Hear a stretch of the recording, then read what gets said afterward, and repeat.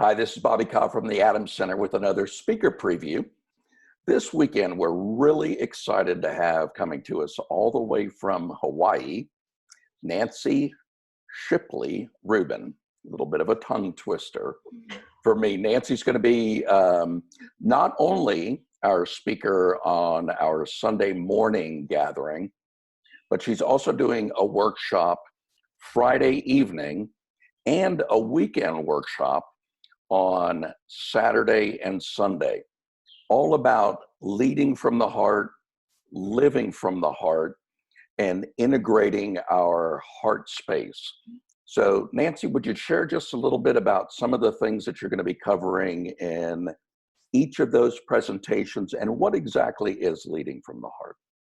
Leading from the heart means that your first initial response to anything comes right out of your heart.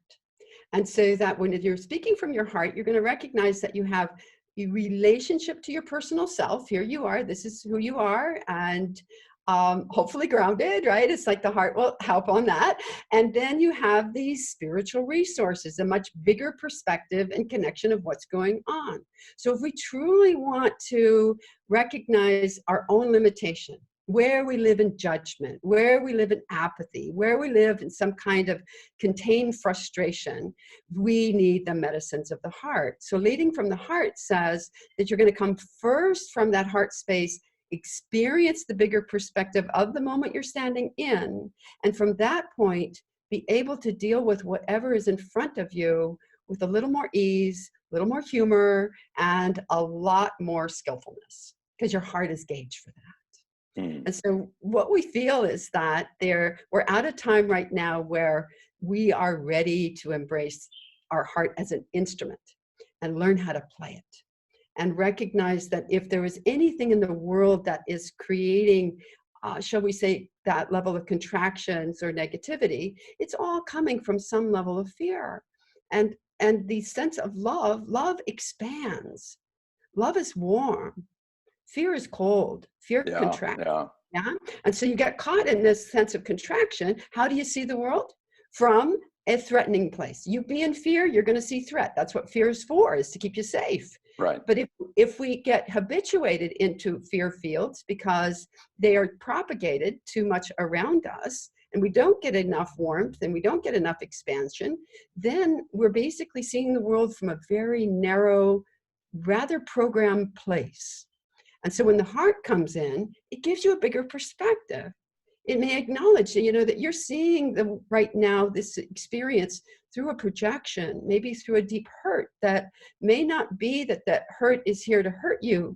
It may be that right now this hurt is here to help you build a new relationship to that place and heal. And that's where the heart will continuously step in for that healing space that goes, honey, I got your back. That's our heart is like best friend. Right. And so it's like times that there are times when we should be fearful. If you're out there walking in the woods and you hear some branches breaking, could be a bear or a moose. mm-hmm. That fear is very appropriate, but there's other times that we're feeling fearful, that maybe that's just a symbol to us that we've come disconnected from that heart space, that we're not living from spirit anymore. Is that? Well, you see, your heart, even when there is a fearful situation, your heart is going to give you the power and the ability to know what to do. And so that even if I am in a place of threat, if my heart's in the lead, my intuition will kick in very immediately. My energetic field will prepare me to deal with whatever challenge is in front of me. And I will be able at that point to move skillfully. They found this in earlier times where that if fear freezes you, it's like it makes you basically weakened. If we can have a fear that basically informs you, and that's what I feel fear is for. I actually have spent a lot of time learning about fear fields and getting conscious in them. And it's amazing to watch how they work. I mean, it's like if you ever play in hypervigilance, I mean, you can see 30 miles, it's like it gives you a very, very magnetic and powerful sensory realm.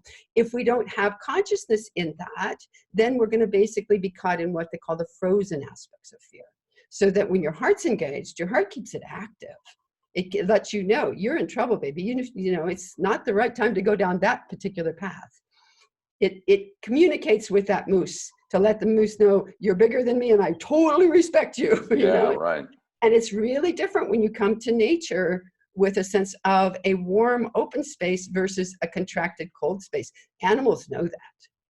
So if you come fearful, they may feel more threatened by you than if you come from a sense that you're just there to honor their space. And that's what I love about Alaska, is you have the opportunity to do that and to be skillful and to listen. And what I appreciate is that every time that I hear a sense of something that's happened, there's always a respect for that bear that said, Yeah. you know, he was just trying to, you know, get some food. It's Yeah. like, too bad it happened to be, you know, our buddy, but, you know, and we all feel that. But that's the heart. That's the heart. I So love that. the thing that I find with the sense of letting the heart be in the lead, it doesn't mean that all the other emotions go away. It means that you have a much more skillful mentoring to whatever you are experiencing. And I think we're all waking up to that. What we find that's really important is to create an experience that allows you to actually feel it and get your map clear, so that we're not just talking about it, but we actually are saying, okay, there's a heart field. When we enter into this heart field, there'll be certain indicators that will tell me I'm there. There'll be indicators that tell me that I'm basically in the idea of the heart, but not actually activating that field. It's kind of like maybe I go to the kitchen, I've got a recipe. I have to accept the recipe is not the cake. Right. I'm gonna That's eat right. that little card. Ain't gonna taste too good, right? So I gotta get in there and go, okay, this is gonna tell me how to make a cake, not try to be the cake. And if we get principles mixed up with reality, we're basically trying to get a power that is gonna give us exactly what we need to know, but it's not the experience itself. And Yeah. So you talk about the 3 phases. Could you just give us a thumbnail of each of those 3 phases? Absolutely. It's like we feel there's 3 cycles that happen simultaneously in the heart. We have the awakening. The awakening says some part of me doesn't know I have a heart. Some part of me has lived closed or conditioned or in some kind of traumatic fear. And so I don't have any access to that heart place. It's just does not exist. So when I would go to it, I will feel black, empty, dark, depression, because And that's what people, when they talk about having a broken heart, would that be? it's not exactly that. It's like, it's more from the sense that when you get caught in your trauma and we say, go to your heart, you'll look at me like I'm an absolute weirdo because you won't have one. I mean, you get that deer in the headlights almost look if I don't have that reference point. So when we wake up, we realize that we have to accept that we are in this place and there's help available. Right? So that sense of whatever it takes for us to get to a point where we open for help and make that available. And that's the awakening, where you recognize that in this hurt, there are resources available. And you start waking up and giving permission to not be quite so prideful or quite so fearful, but to allow the energy within your own self to assist, to support, to nurture in some way. So that awakening process for all of us, we just keep waking up to different parts of ourselves, and we didn't even know we were closed. The second cycle is then once we have awakened, there's a mentoring force that comes from the heart. Our heart tells us what's right. So I'm in a situation, I really don't know quite whether I should come or go. I listen to my heart. My heart says, go. And it's like, and then over here, I'll have all my reservations. Well, I don't know if I can afford it. I don't know if it's going to happen. And I come back and my heart says, just go. And it's like, and so that if I don't listen to this, just go, then I've missed an opportunity. And that what I found is even with all of my considerations, when I followed my heart and did what it encouraged in that deep feeling sense that went, this is right, it always worked out. Just always worked out. If I didn't, and I had plenty of times where it was like, it was just sounded too much like a good idea and I couldn't take the risk, that I would find myself in a place of kind of depression. It's almost like I lost a certain connection to that heart place that I had to then rebuild back up again. So that mentoring process is something that we learn to trust. Can we trust our heart? Sounds good, and then you have to put it to practice. And my feeling is that when you're listening to your heart, we're not listening to a fantasy. about what would be the wonderfulness. We're listening to a simple, usually 1 to 3 words that the heart will speak. And it's like, and from that point, you'll feel grounded. You'll feel the information you are being given is obvious. And it's like, there's not a big mystery around the heart. The Right. heart comes very direct, very clear. If I'm going to hear a long story about what it is, I am in my analytical mind. That's right. You know, I love my analytical mind. It's very busy. It does a lot of talking. It likes to talk. Can we talk some more? You know, so it's like, I love that part, but that's not my heart. And so that often you'll end up having this conversation between your heart space and your analytical mind. So that what I love is they say that when you are basically, our analytical mind is asking questions.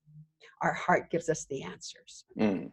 And that allows us to have that discernment. And because not having discernment is what has given the heart kind of a questioning sense. That it's like, did you follow your heart or did you follow a fantasy? And so that sometimes we don't know the difference. So we found in the heart is the center balance point. That with the connection that my heart then is my nurturing mentor to my personal self, it's also, the heart is the grounding cord of spirit. So that all the powers of principles and all these different levels of resource that we have spiritually available, they filter down into the heart. If they act without the heart, then there's a part that often has a sense that we're following a dream that may not have all the resources that it needs. Mm. So that if it's like, if I'm given a wonderful idea, I have to bring it to my heart and find out, am I ready? Is this right for me? If my heart says, no, it's time to wait, that means there's more resources or more of a grounding development necessary for this sense of it to unfold. And that sometimes we've had a sense where we have what I call the springtime heart, which the springtime heart is kind of like the Cinderella story. That here we have the sense that, she's sitting by her little chimney and she's going through her whole sense of questioning of self. She dreams and realizes her deep sense of self. So she gets to go to the ball. Springtime heart is that level of going to the ball, to being able to experience what's possible. It doesn't last. We remember, the clock strikes 12, right? We remember, right? And it's like, and so when I'm in a springtime space, it's like I can know at that point, everything will seem possible. It's just, there's a huge amount of energy in it. I encourage people in their springtime heart to write it down, because you won't always remember when you wake up and go, what was that? Do I really want to do that? That sort of question. So that when we're in a sense that we come through that springtime heart, that drops it out of the sense of this all potential space and says, what are you ready for in your potentiality? So in the Cinderella story, if we talk in kind of more of a visionary place, her moment with the prince was in a visionary, beautiful experience world that she was given. Then when she came back, she had to go through all of her personal, most limiting issues. Her evil stepmother, her jealous stepsisters, all the things that we would hold ourselves in limitation for, she had to step through that in herself before she could then go be equal with her own true sense of soul identity. And that process is what we go through often when we get a bigger vision. And it looks so easy and so simple. And then we get out there, we're going to climb Denali Mountain, right? It's a beautiful idea until you wake up at 4 a.m. You're going, what? Whose idea was this? Right, Where's right. the coffee? It's like that kind of thing. And then you actually go through this endurance element that is not attributed to the heart, but this endurance element is equally as powerful and nourishing in its learning curve. So we think of the heart as 4 seasons. And so we have that summer, which is that endurance level. We have the sense of our harvest time. And then we have our spiritual resting time, which is the gorgeous. I love being in the winter space here in Alaska because it calls for that kind of renewing element. Everything gets very quiet. The nights are long. There's a deep kind of nourishing aspect. And that nourishes the heart and also allows us, anything that's no longer working, it gives us the opportunity to give it away. So that's all in that second cycle that allows us to be mentored, to sort out the fact from fantasy, to understand how to deal with some of these bigger aspirations, rather than feeling that as soon as it gets hard, then it betrayed me somehow, and be able to have that deeper level of connection. Once you get the sense of understanding this level, the third cycle that we spoke of here is, it's the energy of becoming. Now, the first reference that most of us have of this reference of becoming is when some really deep emergency happens. And suddenly your heart takes over, and you know exactly what to do. And you know exactly what needs to happen. Your senses are awakened. And so if we hear there's a family emergency and that someone's hurting, our body responds immediately, succinctly, and connected. And it's like in that, I take action. There is no question. I don't think about it at all. I know exactly what I need to do. I know the resources to get to, and it's a pristine state of awareness. We call that the state of becoming because we're growing into it. But really at that point, you are the heart chakra. There's no someone telling you what to do internally. Right. You are. And there's no doubt. There's no second thought. You just know immediately and intuitively that this is the right thing that I need to be doing now. Absolutely. And in that point, it's like that space is something that I feel we need to grow into more. But we would need to know the aspects of the heart. We need a heart map right now that gives us a sense of knowing the aspects of the heart, so that I can tell in the sense of where is information coming from when it comes into me. But if you have these sudden aspects of becoming, it's like there is no question, and everything, it's like the heart is the knower, everything is there. And it's exquisite. It really is. That's beautiful. I feel more and more, it's like for me, I'm more in the mentoring phase. And so that every day I'm listening, I'm checking, I'm recognizing, what am I doing with my power in this moment? What's taking place in my environment that I need to be a little bit more aware of?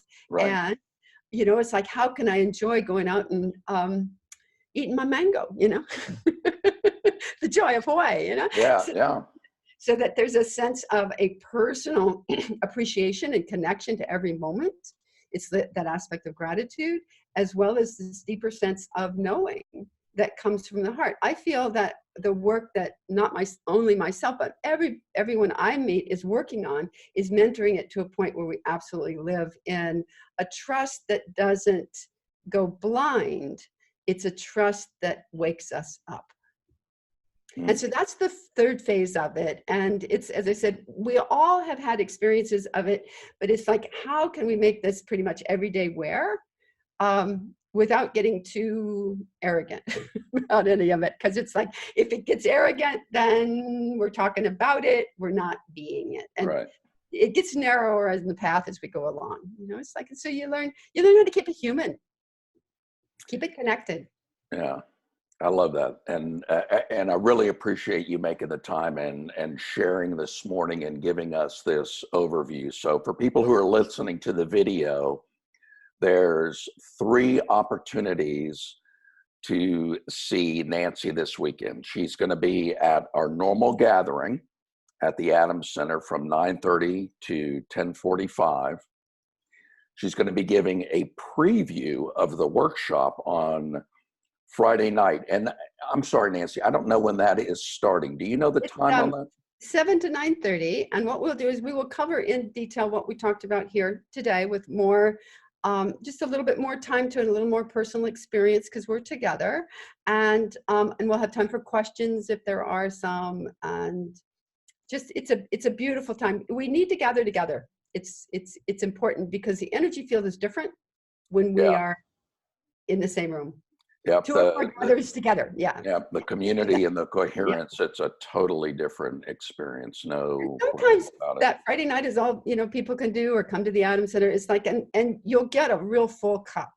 It's just a matter of, your timing and your availability to, what's important. And those that want to take a real deep dive, you've got the workshop on Saturday and Sunday. Can you give us just a short preview of that? What we do there is we take a look in the awakening process of what actually is waking up in you and what is your relationship to that, and being able to get a sense of, sometimes when we have things that are waking up in us, we have a little threat around them. It's like they're going to make us change in a way that we're really not quite certain that we're inviting that in, so that any resistance or a sense of aversion toward the places that have to change become the problem. The change is not the problem. Your relationship to this change is what basically is the problem. So if the universe said it's time for you to change and you go, I don't think so, then what happens is your resources of your old world start to dwindle. It's like if you had a well and you were taking all the water out of it and the universe said, we need a new well here. And you go, no, I'm going to keep going on to the other one. After a while, you're going to run dry. Drain that well. And it's like, and so that what the universe does is it says, there's no water over here in your old world. All the water's over in your new world. You want to go to water, go to your new well. And so that if we get the right relationship to the changes we're going through, then that resistance and aversion can be a power that actually propel us forward. But it's like what I found in that awakening piece, and this is, we do this on Saturday, is we have to be able to identify without demonizing. We have to understand, in some ways, I love understanding the demonizing process and how that works, because often it is our demons that make us grow because we have to. So it's all that relationship to waking up to your potential and then being able to understand, when is it that it's strengthening you and when is it that you feel that it's basically challenging you. And so if you're getting challenged, it's like weightlifting. Get out there and be willing to start embracing that, and let's get stronger, because that means there's an even stronger light that wants to come through you. It's coming through, that's right. And it's like, and so the resistance or the darkness is basically weightlifting. We go work out so we can climb that mountain. And that's the universe in a very interesting kind of way, preparing us to come into a much more integral, whole nature in ourselves. And so that when we see resistance or problems or situations in a way that allow us to understand they're not comfortable, but they will make us grow.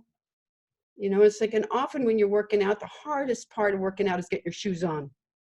Once you get your shoes on, to the gym. You're going, I should do this every day. This is fabulous, right? It's like, so that Saturday really gives us the sense we can get our shoes on and then get comfortable keeping them on so that we move with it. Then we develop more that it's like in the sense that we're coming to the space of becoming. We get the mentoring voices so we know which.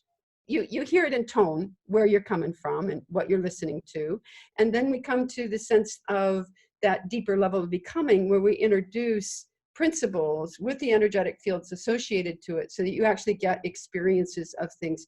And most of the time in that level, when we're in the group, it's just strong enough to become tactile and real. Some of these states you need to have a certain kind of support, right? So the support first comes from the power of your awakening, right? Because you got yourself up and you're strong and you're ready to go. Then we have the mentoring element that says, this is you learning how to be yourself in a much deeper level than you may have ever thought you were. And then over here, this is you getting comfortable with a larger range of perception and power. Because the heart is here to teach us how to be wise. Yeah. Really. And if we can live from that, though, the wisdom is just going to flow. It does. Right. Yeah. Through. Yeah, absolutely. It's like water running downhill. That's what I say. I like that. So that's the weekend just gives us a much deeper penetration aspect. And I know we've got it on our website and we've got it on the meetups. Do you have a website that's got some information about this weekend as well? I do. It's like Rubin, RUBIN, enterprises.info is or you can just Google me under Nancy Shipley Rubin, and it'll take you right to all the details, how to get to the Atom Center and Center on Sea, and then the timing and the costs and everything is there. Awesome. And just put the address out there. It's at 6000 C Street at the corner of C Street and Dowling. So that's 7:30 on Friday. 7 o'clock. 7 o'clock. Thank you. Yeah. 7 o'clock on Friday, 9:30 on Sunday morning. And if you're interested in doing the full workshop this weekend, that's Saturday and Sunday. Saturday, Sunday, 11 to 6. it's like we do banker's hours. So, and then we go out and we have a lunch. So Wonderful. Well, yeah. we're very much looking forward to you being here, and thank you very much for Oh, taking the time this morning to give us this little preview of coming attractions. my pleasure. Thank you so much. Thank you, Nancy. Mm.